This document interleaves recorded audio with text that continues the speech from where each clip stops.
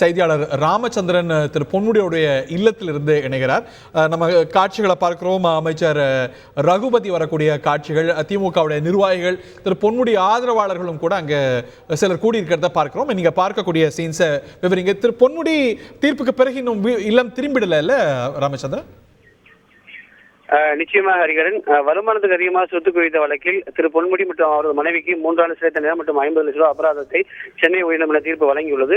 இந்த நிலையில் திரு பொன்முடி சென்னை உயர்நீதிமன்ற வளாகத்தில் உள்ளார். அவர் இல்லம் திரும்பவில்லை.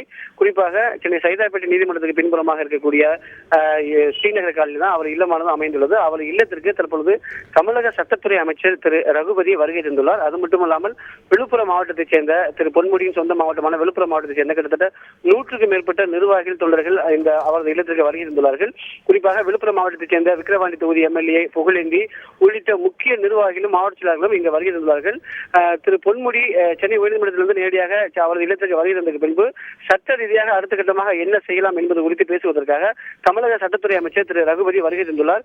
அது மட்டுமல்லாமல் அவரது எம்எல்ஏ மற்றும் அமைச்சர் பொறுப்பு இழந்துள்ளதால் தகுதி இழந்துள்ளார். அது தொடர்பாக விரிவாக பேசுவார் என்றும் எதிர்பார்க்கப்படுகிறது.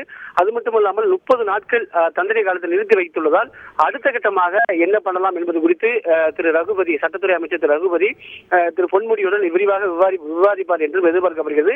இன்னும் சில நிமிடங்களில் தண்டனை அறிவிக்கப்பட்டுள்ள திரு பொன்முடி அவரது இல்லத்திற்கு வருவார் என்றும் எதிர்பார்க்கப்படுகிறது. நன்றி ராமச்சந்திரன். செய்திகளை உடனுக்குடன் தெரிந்து கொள்ள உடனே சப்ஸ்கிரைப் பண்ணுங்க.